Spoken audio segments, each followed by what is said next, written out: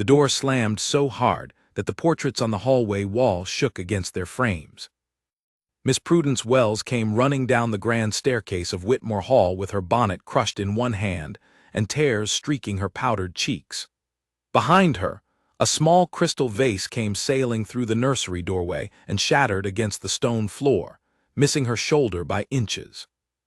Edmund Whitmore, Duke of Ashfield, stood at the bottom of the stairs with his jaw tight and his hands clenched behind his back. This was the 9th governess in 14 months. The 9th one to run from his daughter's room in tears, shaking, refusing to spend another single night under his roof. Mrs. Prentice, the housekeeper, hurried forward with a shawl for the sobbing young woman, but her eyes met the Duke's over Miss Wells's bowed head, and in that glance there was a question neither of them dared to ask aloud. What was wrong with the girl upstairs? What had happened to her that no kindness, no patience, and no discipline seemed able to reach? The Duke did not go up to the nursery that night. He never did any more. He had learned, after the 4th governess left with a bruised wrist and the 5th left simply refusing to explain herself at all, that his presence in that room only made things worse. His daughter, Adelina, 7 years old, had not called him Papa in 11 months. She had not, in fact, spoken a single full sentence to any grown person, since the day her mother was buried in the frost-covered churchyard behind the chapel. He sat alone in his study long after midnight, the fire burned down to embers, staring at nothing. On his desk lay a stack of unopened letters from the agency in London, each one promising a governess more experienced, more accomplished, more capable of handling a difficult child than the last. He no longer believed any of them. He had begun to fear, quietly, in the parts of his mind he did not let anyone see, that his daughter was simply broken beyond repair, and that it was his own fault for not knowing how to reach her. Upstairs in the nursery that had once belonged to a laughing little girl, Adelina sat on the floor beside the cold hearth, arranging a row of small wooden animals in a perfectly straight line. She did not cry. She rarely cried anymore. She simply arranged the animals over and over, lion beside horse beside sheep beside bird, and when the line was not perfectly straight, she would knock it all down with the back of her hand and begin again. The nursemaid who was left to watch over her, a timid young woman named Grace, sat in the corner pretending to sew, too afraid to speak. She had heard the stories from the other staff. She had heard that the girl bit the 3rd governess. She had heard that the girl locked the 6th governess out on the balcony in the rain for 2 hours before anyone noticed. She had heard that the girl never smiled, not once, not even at her own birthday, when the kitchen staff had baked her a cake shaped like a swan because her mother used to call her their little swan. Grace did not know that none of those stories were quite true. She did not know that Adelina had never once meant to hurt anyone. She only knew fear, and fear made her keep her eyes down and her voice silent, which suited the small, watchful girl across the room perfectly well. 3 days after Miss Wells fled down the staircase, a letter arrived that the Duke very nearly threw into the fire without reading. It came not from the agency, but from an old family friend, a physician named Dr. Alden who had once treated the late Duchess in her final months. The letter mentioned a woman he knew, a former lady's companion with no formal training as a governess, who had cared for his own elderly aunt with what he called an unusual gift for patience.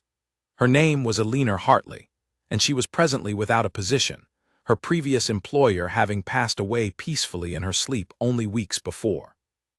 The Duke almost dismissed the letter outright. A companion to an old woman was not a governess.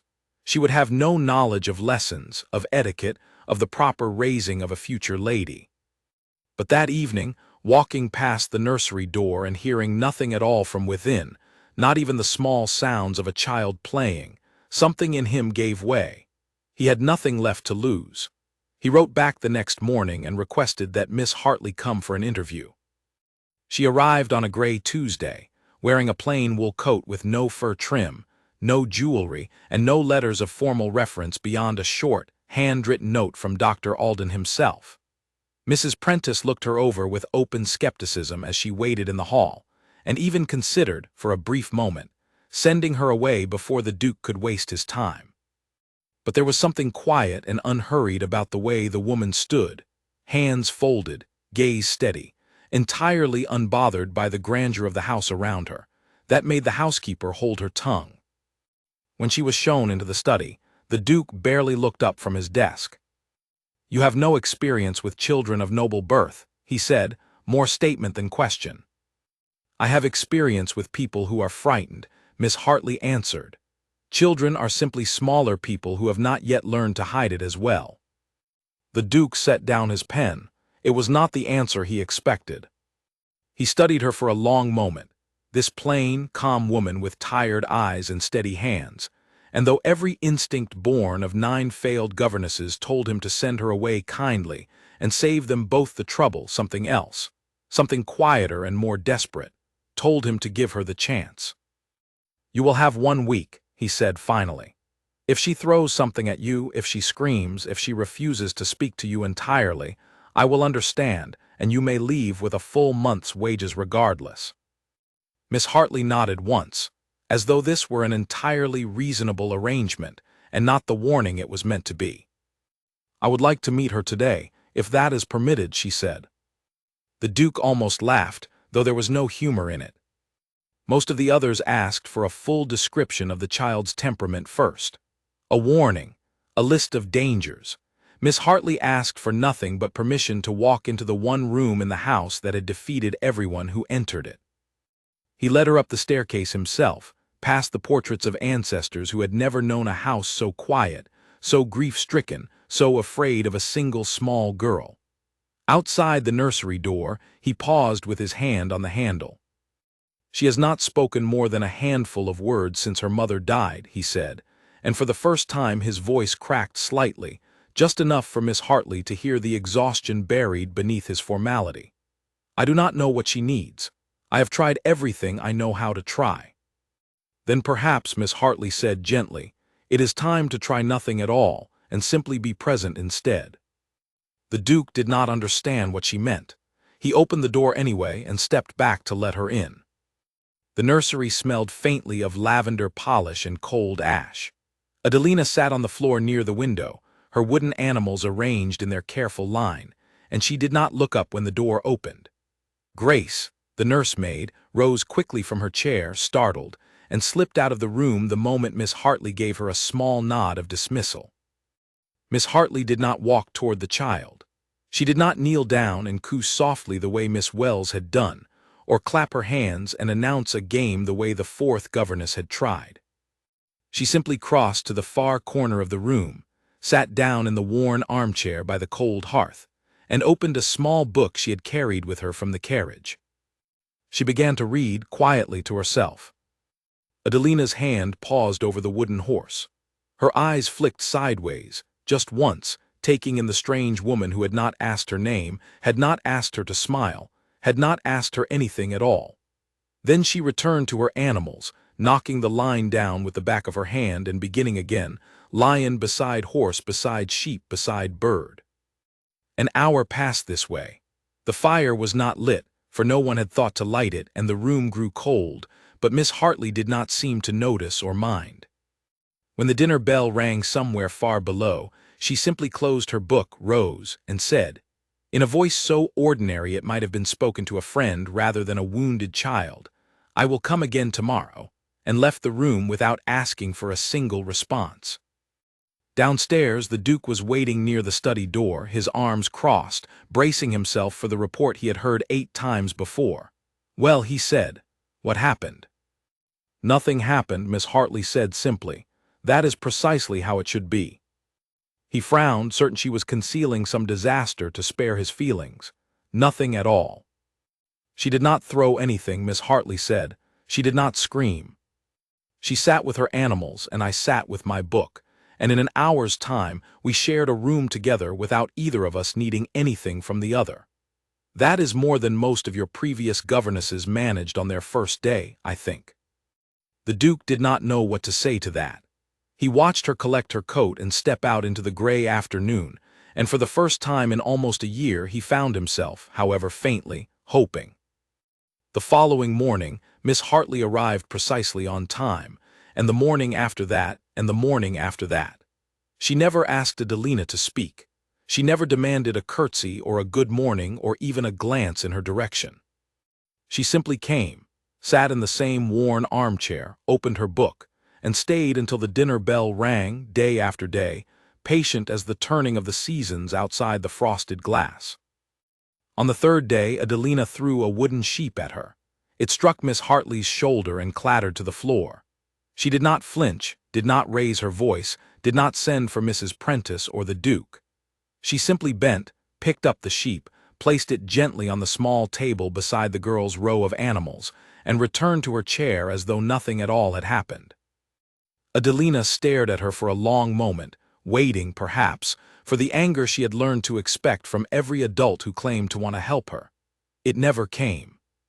Confused and a little unsettled by the absence of the reaction she had braced for, she turned back to her animals and said nothing more that day. On the fifth day, something changed, though it was so small that no one else in the house would have noticed it at all. Miss Hartley, before she left for the evening, placed a single object on the windowsill beside the nursery door. A small paper bird, folded from a scrap of blue writing paper, its wings slightly crooked, clearly made by hand rather than bought from any shop in town. She said nothing about it. She simply set it down, gathered her coat, and left. The following morning, when she arrived, the paper bird was gone from the windowsill. She did not ask where it had gone. She did not search the room or question Grace or make any mention of it whatsoever. She simply sat in her chair and opened her book, exactly as she always did. That evening, when Grace came to prepare Adelina for bed, she found the little paper bird resting on the pillow, its crooked wings smoothed flat and neat, as though small careful fingers had spent a long while trying to fix what had once been folded wrong. Grace did not understand the significance of it, and mentioned it to no one but Mrs. Prentice in passing, who mentioned it to no one at all, sensing without quite knowing why that it mattered more than it seemed. Miss Hartley learned of it the next day only because she noticed, upon entering the nursery, that Adelina's row of wooden animals had shifted very slightly to make room for a small folded paper bird sitting proudly at one end of the line, its crooked wings smoothed as flat as small hands could manage. She did not smile outright, for she understood by now that any large reaction, any sudden warmth, might frighten the moment away like a bird startled from a branch. She only nodded once quietly, as if acknowledging an old friend, and sat down to read. Days turned into weeks. Miss Hartley began leaving small things on the windowsill each evening: a smooth gray stone from the drive, a pressed autumn leaf, red and gold, a tiny carved wooden button shaped like a star, given to her years ago by the elderly woman she had once cared for. She never explained the gifts. She never asked for anything in return. She simply gave them quietly and let the girl decide in her own time and her own way what to do with them. Adelina began keeping them. A small wooden box, once used to store hairpins, became a hiding place beneath a loose floorboard near her bed, and one by one, the stone, the leaf, and the star found their way inside it. The Duke noticed nothing at first, for he still avoided the nursery as though the room itself carried some contagious grief he feared catching again. But Mrs. Prentice noticed. She noticed that the girl no longer knocked over her line of animals quite so often. She noticed that the silence in the nursery had begun to feel, faintly, less like a held breath and more like a held hand. It was Dr. Alden, visiting the estate on other business nearly a month after Miss Hartley's arrival, who finally convinced the Duke to look for himself. "Go and stand outside the door," the doctor told him quietly over brandy in the study. "Do not go in. Simply listen." That evening, the Duke climbed the staircase he had avoided for so long and stood just outside the nursery door, his heart beating strangely fast for a man who commanded an entire estate without a flicker of nerves. Inside, he heard Miss Hartley's voice, low and even, reading aloud from her small book, a story about a fox who could not find his way home through a snowstorm. And then, faint but unmistakable, he heard another voice, small, rusty from disuse, like a hinge that had not been oiled in far too long. "But the fox has a mother," the small voice said. "Doesn't she look for him?" The Duke stood frozen outside the door, one hand pressed flat against the cold wall, and felt something break open in his chest that he had thought permanently sealed shut. It was the first full sentence his daughter had spoken to another living soul in nearly a year. He did not go in. He understood somehow, without anyone telling him, that this fragile new thing growing in that small, cold room was not yet strong enough to survive an audience. He simply stood in the hallway with his eyes closed and listened to his daughter ask, in her small, rusty voice, whether a fox in a storybook would ever find his way home, and for the first time since his wife's funeral, he allowed himself to weep. News of a governess who had lasted a full month at Whitmore Hall spread quickly through the small circle of relatives and acquaintances who had, for the past year, watched the Duke's household from a polite but judgmental distance. Chief among them was Lady Margaret Ashworth, the late Duchess's older sister, a sharp-eyed widow who had visited the estate only twice since the funeral, and had, on both occasions, made her opinions about the Duke's parenting quite clear. Lady Ashworth arrived unannounced on a bright morning in early spring, her carriage rattling up the long drive with the confidence of someone who considered herself entitled to walk through any door in the family without waiting to be invited. She found the Duke in his study and wasted no time on pleasantries. "I hear you have hired a companion with no proper training to raise my sister's daughter," she said, seating herself without being asked. "A woman with no family name to speak of, no formal education in etiquette or letters, caring for the future of this house. Edmund, have you lost your senses entirely?" The Duke, who had grown used to defending his decisions to no one, found himself surprisingly steady. "She is the first person in a year who has gotten Adelina to speak," he said. "I do not much care what letters are attached to her name." Lady Ashworth's mouth thinned into a hard line. "And what will she teach the child? To fold paper birds and collect stones like a common farm girl. Adelina is the daughter of a duke. She will need French, needlework, proper posture, the management of a household. She will need a governess suited to raising a lady, not a woman who spent her years wiping the chin of some forgotten old widow in the countryside." The Duke's jaw tightened, but before he could answer, a soft knock came at the study door. Miss Hartley stood in the doorway, having come to report, as she did each evening, on the day's small progress. She paused when she saw Lady Ashworth, sensing at once the tension in the room, but did not retreat. "You must be Miss Hartley," Lady Ashworth said, looking her over with the same cool assessment she might give a horse she was considering purchasing. "I have heard a great deal about you." "I hope some of it was kind," Miss Hartley replied evenly. Lady Ashworth did not smile. "Tell me, Miss Hartley, what exactly qualifies you to shape the future of a duke's only heir? What lessons have you given her these past weeks? What French verbs, what history, what mathematics?" "None," Miss Hartley admitted honestly. "I have given her patience and quiet and the freedom to speak only when she is ready. Lessons will come easily once she trusts that the world will not shout at her the moment she opens her mouth. I have found that a frightened mind learns nothing at all, no matter how skilled the teacher." Lady Ashworth's eyes narrowed. "That is a lovely philosophy for a nursemaid. It is not, however, an education." She turned back to the Duke. "I would advise you to consider Miss Pembroke, whom I have recommended before.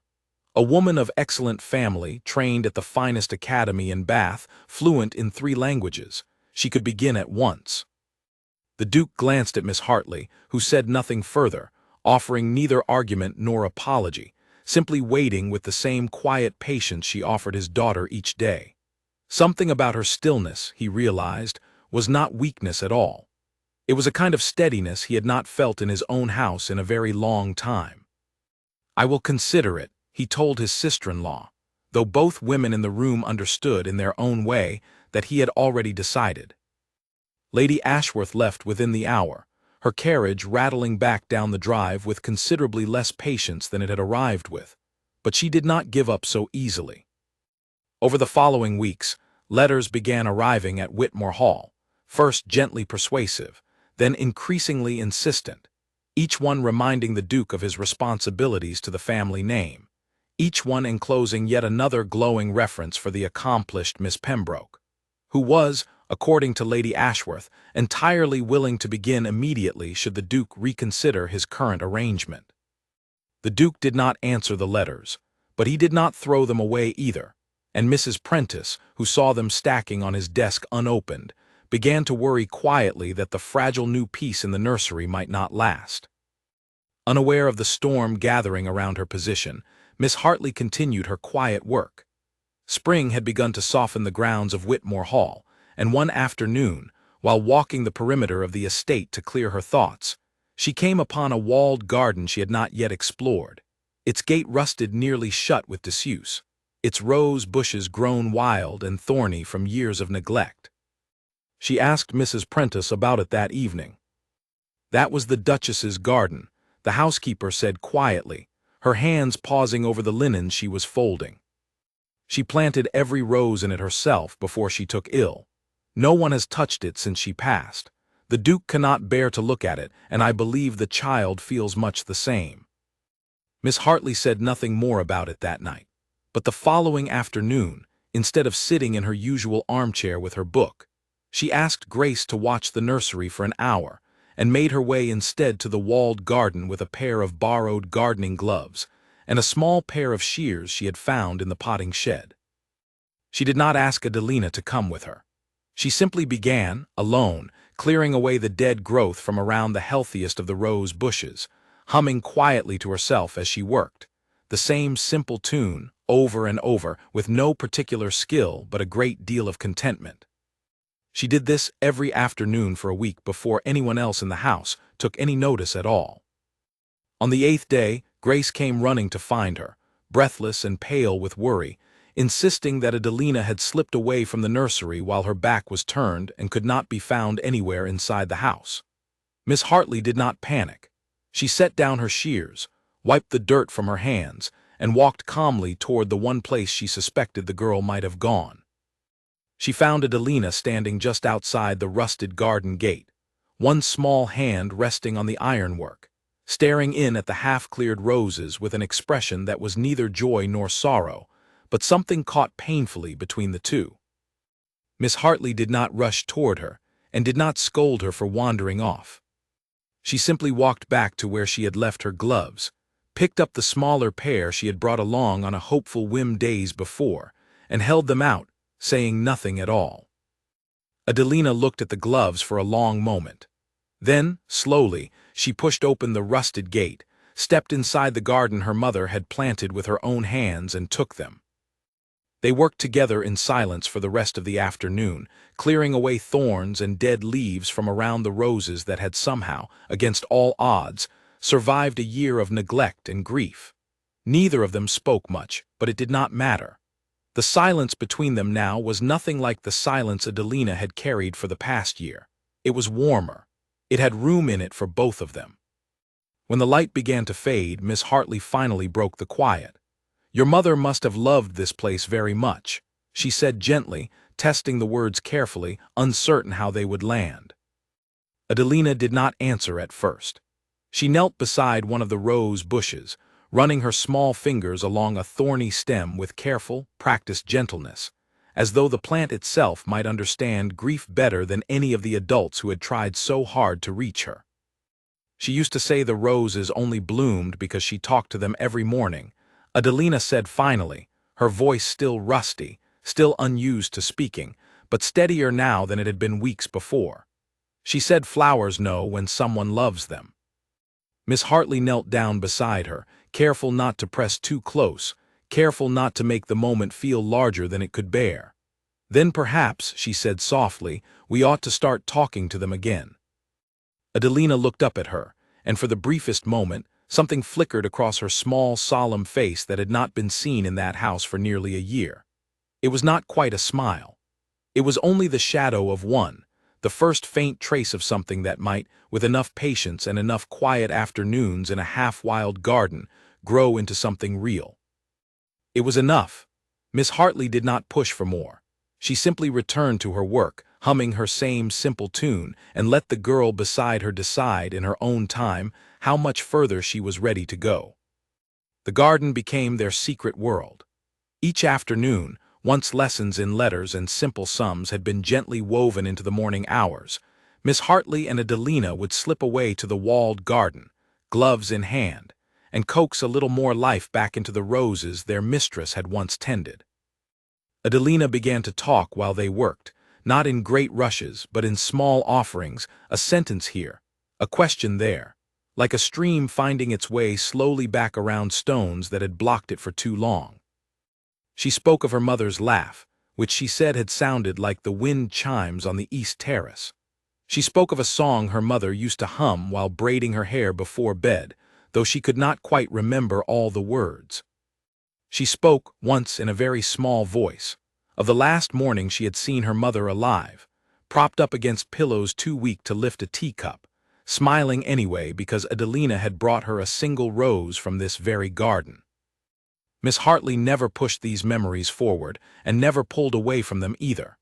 She simply listened, steady as the garden wall itself, and let the girl carry her grief out into the open air where it could finally begin, slowly, to lighten. Meanwhile, inside the house, Lady Ashworth's letters had grown bolder.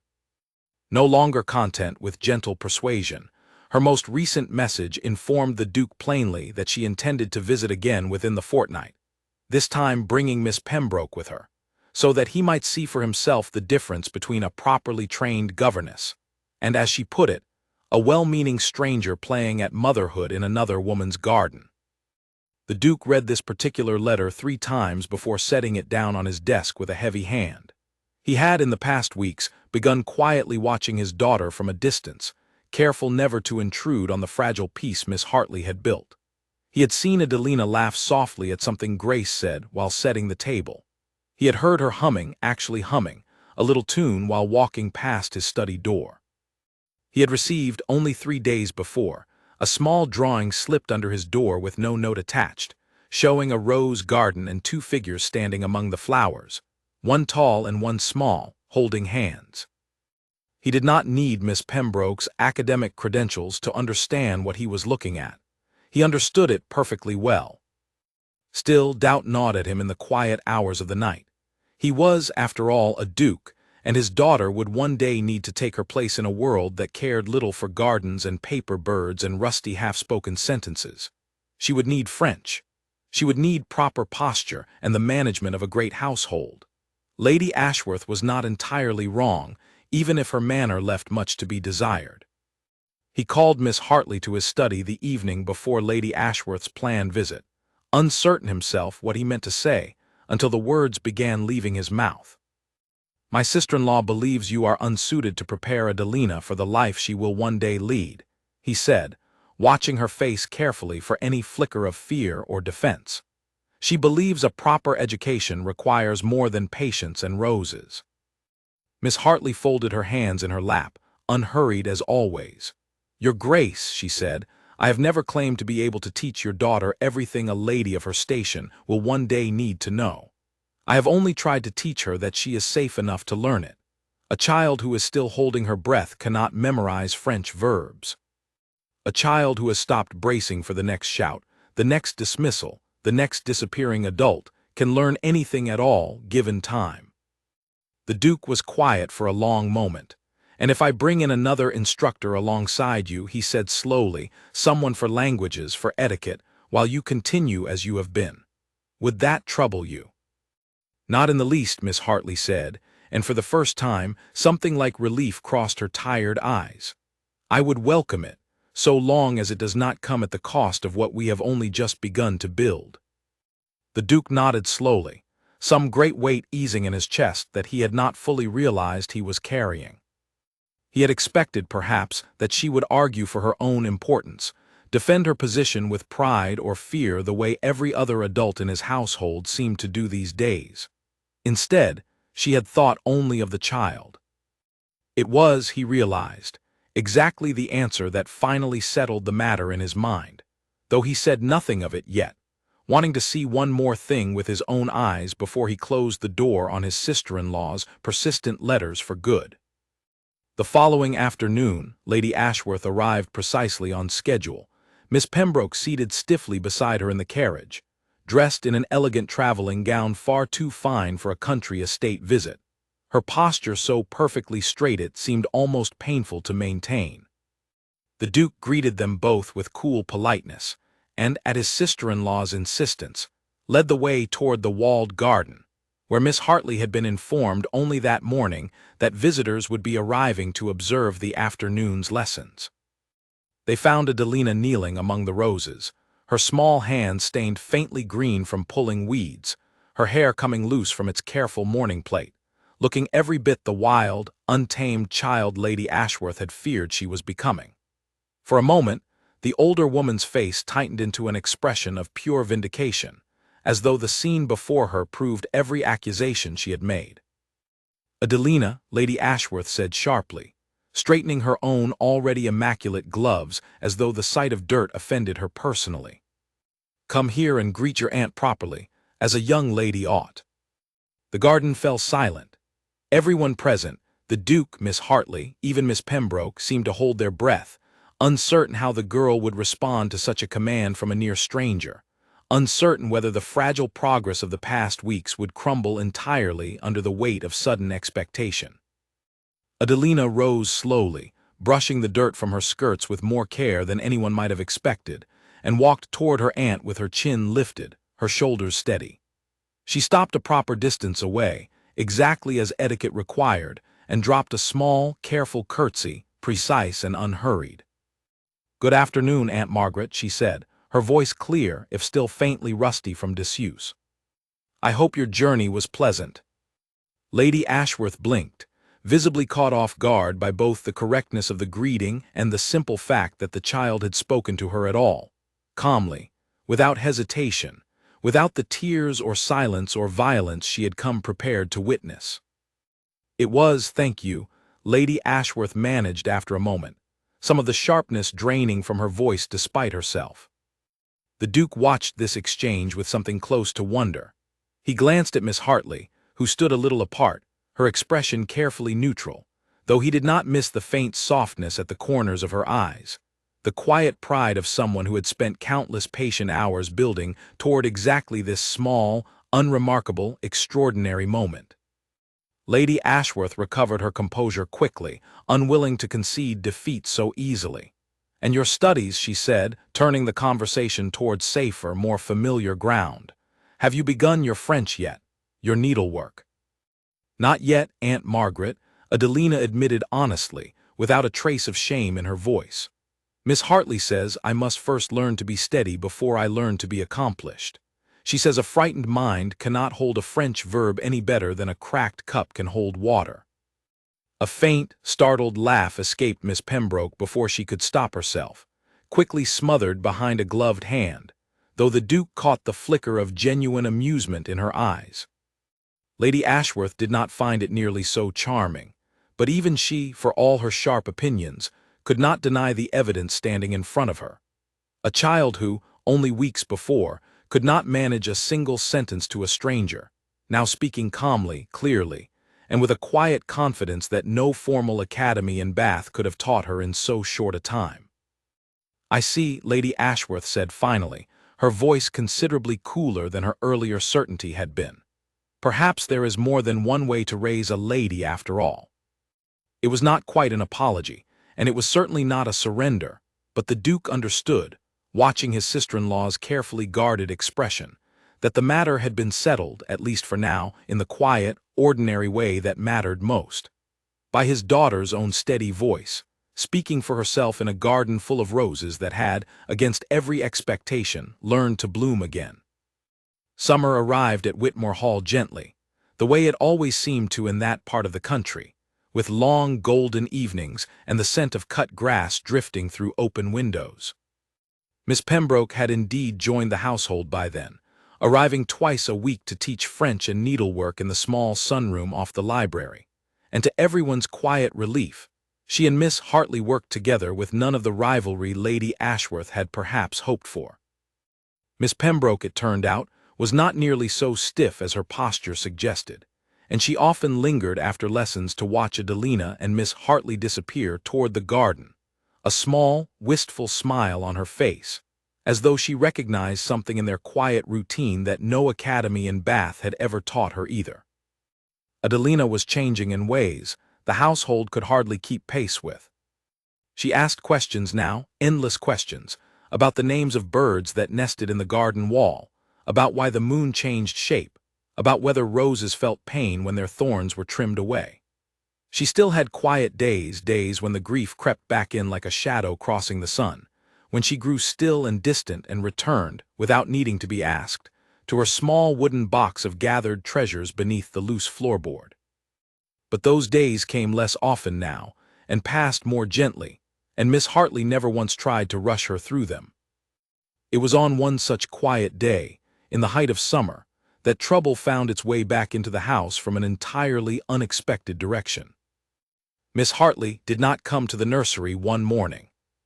This was, in itself, so unusual that Grace nearly panicked before remembering to send word downstairs rather than simply standing frozen in the doorway. Mrs. Prentice discovered the reason soon enough. Miss Hartley had collapsed in her small room in the servants' wing sometime before dawn, burning with a fever that had crept up on her unnoticed through several days of tiredness she had quietly dismissed as nothing more than the season's change.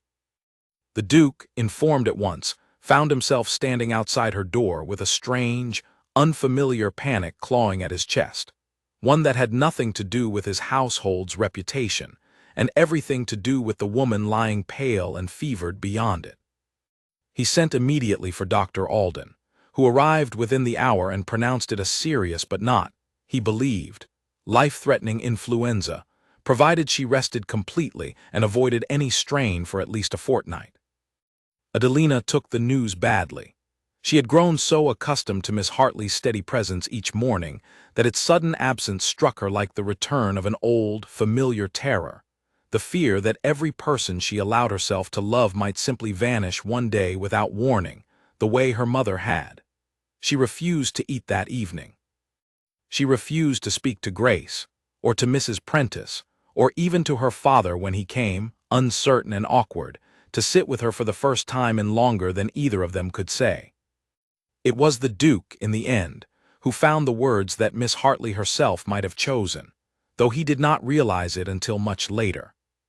"She is not your mother," he said quietly, sitting on the edge of Adelina's bed in the dim evening light, his hands folded rather stiffly in his lap, unused to this kind of closeness with his own daughter. "What happened to your mother was not something anyone could have stopped, no matter how much they loved her. But Miss Hartley has a fever, nothing more, and Dr. Alden has seen 1,000 fevers come and go. She will be tired for some days, and cross, perhaps, at being kept in bed against her will, but she will be back in that garden with you before the roses finish their next bloom." Adelina looked at him for a long moment, her eyes bright with unshed tears, searching his face for the reassurance she so desperately needed, and had, for so long, been too afraid to ask for from him directly. "Promise," she whispered, the same small rusty word she had once used to test whether the world could be trusted at all. The Duke, who had not made a promise to his daughter in nearly a year, feeling entirely unequal to the weight of it and utterly unwilling to refuse her anyway, took her small hand in his and said, quietly and firmly, "I promise." Over the following days, an unexpected shift began to take place in the household. With Miss Hartley confined to bed, the Duke found himself, almost without deciding to, spending more time in the nursery than he had allowed himself in a year. He read to Adelina from Miss Hartley's small worn book, stumbling awkwardly through the story of the fox in the snowstorm, and though his reading lacked his governess's gentle rhythm, Adelina listened anyway, curled against his side in a way she had not done since her mother was alive. He learned, in those quiet evenings, the small details of his daughter's world that he had somehow missed entirely while grieving his own loss. He learned about the wooden box beneath the floorboard, and the paper bird with its crooked wings, and the smooth gray stone from the drive that Adelina now carried in her pocket like a small, steady anchor against the fear of losing anyone else she loved. He also began, quietly and without quite admitting it to himself, to understand why his daughter had healed so completely in the care of a woman with no formal training and no noble name. It was not French verbs or proper posture that had brought his daughter back from her silence. It was simply someone choosing, day after day, without demand or condition, to stay. Miss Hartley recovered slowly but steadily, and on the morning she was finally permitted to leave her bed, she found, propped against her door, a small drawing slipped beneath it just as one had once been slipped beneath the Duke's study door months before. It showed a rose garden in careful, childish strokes, two figures standing among the flowers, and this time, unmistakably, both figures were smiling. Beneath the drawing, in handwriting still learning its shape, were three words that made Miss Hartley sit down rather suddenly on the edge of her bed, her hand pressed to her chest. "I missed you," it read, and signed below in the same careful hand, Adelina. It was, Miss Hartley would say much later, the first time in a very long while that she had allowed herself to cry from happiness rather than sorrow, and she did not try particularly hard to stop herself. By the time autumn returned to Whitmore Hall, painting the garden wall in the same red and gold Miss Hartley had once pressed into a leaf and left upon a windowsill, the household had settled into a rhythm none of them could have imagined a year before. Mornings belonged to letters and simple sums, taught patiently in the nursery. Afternoons, twice weekly, belonged to Miss Pembroke's careful French and needlework lessons, which Adelina now approached with genuine curiosity rather than dread. And the golden hour before supper belonged, as it always had, to the garden, to the roses, and to the quiet, steady presence of the woman who had refused to give up on a child everyone else had called unteachable. Lady Ashworth visited twice more that year, and though she never entirely softened her sharp opinions, she stopped bringing letters recommending Miss Pembroke's replacement, and once, on her final visit before winter, she was seen lingering by the garden gate for a long while, watching her niece laugh freely at something Miss Hartley had said, before turning away with an expression that, for once, held no argument in it at all. The Duke changed, too, in ways the staff noticed long before he did himself.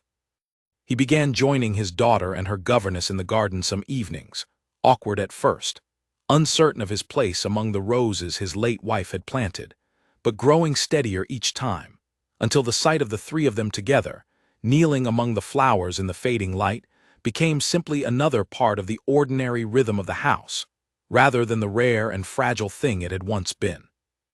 He never spoke aloud of the quiet feeling that had grown in him over that long, healing year, watching Miss Hartley's steady patience reshape not only his daughter's world but his own. It was not a feeling he examined closely, not yet, though Mrs. Prentice, who missed very little that happened beneath her roof, began to notice the way his eyes followed Miss Hartley across a room, and kept her own knowing thoughts carefully to herself. What no one in the house could deny, by the time the first snow fell that winter, was the sound that now filled the halls of Whitmore Hall on ordinary afternoons, a sound so absent for so long that its return still occasionally caught the staff by surprise, stopping them mid-task in the corridor, smiling without quite knowing why. It was the sound of a child laughing, freely and often, and it belonged, at last, entirely to a house that had once feared it might never hear it again. 2 years passed in this gentler rhythm, and Whitmore Hall became, slowly and without any single dramatic turn, a house that had learned how to hold both grief and joy at once, the way a garden learns to hold both winter and spring within the same soil. Adelina, now 9, had grown into a bright, curious girl, quick with her letters and her French, quicker still with questions that often left Miss Pembroke laughing and shaking her head at the child's endless curiosity about the world beyond the estate walls. She still kept her small wooden box beneath the floorboard, though it had grown crowded now with treasures collected over the years, pressed flowers and smooth stones, and one carefully preserved paper bird with crooked wings that she never let anyone throw away, no matter how worn its folds had become. The Duke, for his part, had grown into a different kind of father than the grieving, distant man who had once avoided his own daughter's nursery. He read to her most evenings, badly at first and then with growing skill, and he had taken, without quite announcing it, to walking the garden each morning before his daughter woke, tending the roses himself in the quiet hour before the household stirred, in a way that Mrs. Prentice suspected had less to do with the flowers, and more to do with the woman who had first taught his daughter to love them. It was on a bright morning in early spring, exactly 3 years after Miss Hartley had first walked through the nursery door with nothing but a small book and an unshakable patience, that the Duke finally found the courage to say aloud what the entire household had quietly understood for a very long time. He found her in the garden, as he so often did now, kneeling among the roses that had over the years grown thick and wild and beautiful under her care. She looked up at his approach, brushing a strand of hair from her face with the back of one gloved hand, and smiled, easily now, the way she had once so carefully taught his daughter to do. "I have been thinking," the Duke said, standing rather stiffly at the edge of the rose bed, "that this garden has never truly belonged to just one person. My wife planted it. My daughter learned to speak again inside its walls. And you," he continued, his voice growing quieter, more uncertain than she had ever heard it, "you gave us both back to each other, and to ourselves, when none of us knew how to find our own way back alone." Miss Hartley set down her shears slowly, watching him with the same steady patience she had once offered a frightened, silent child, giving him the space to find his own words in his own time, exactly as she always had. "I would like it very much," the Duke said finally, "if this garden and this house and whatever remains of my rather stubborn heart might belong to you as well. Not as a governess, not as an employee to be dismissed or replaced, but as someone who has already become, in every way that matters, family." For a long moment, Miss Hartley said nothing at all, and the Duke felt the familiar, terrible fear of a man who had risked something precious, and was not yet certain whether he would be allowed to keep it. But then she rose slowly from among the roses, crossed the short distance between them, and took his offered hand in both of her own, steady as she had always been, through every silence, every fever, every fear the household had carried and slowly, patiently, learned to set down. "I never needed a title to know I already belonged here," she said softly, "but I will gladly take one, if it means I never have to leave this garden or this family again." From the nursery window above, unseen by either of them, Adelina watched the two figures standing together among the roses, and though she could not hear the words exchanged between them, something in the sight of it, her father's hand held gently in the hands of the woman who had taught her how to smile again, made her press both palms flat against the cold glass and grin so widely that Grace, tidying the room behind her, laughed aloud and asked what on earth had gotten into her. "Nothing," Adelina said, still grinning, still watching the garden below where her whole broken, healing family stood quietly among the roses her mother had once planted. "Nothing at all. Everything is exactly as it should be." And in the garden below, surrounded by roses that had once nearly withered from neglect and now bloomed more richly than they ever had before, the small quiet woman who had once been turned away by a wary housekeeper, dismissed as unqualified by a sharp-tongued aunt, and doubted by nearly everyone who first met her, stood at last exactly where she had always belonged, not as a stranger hired to fix a broken child, but as the steady, patient heart that had, one silent afternoon at a time, taught an entire grieving house how to smile again.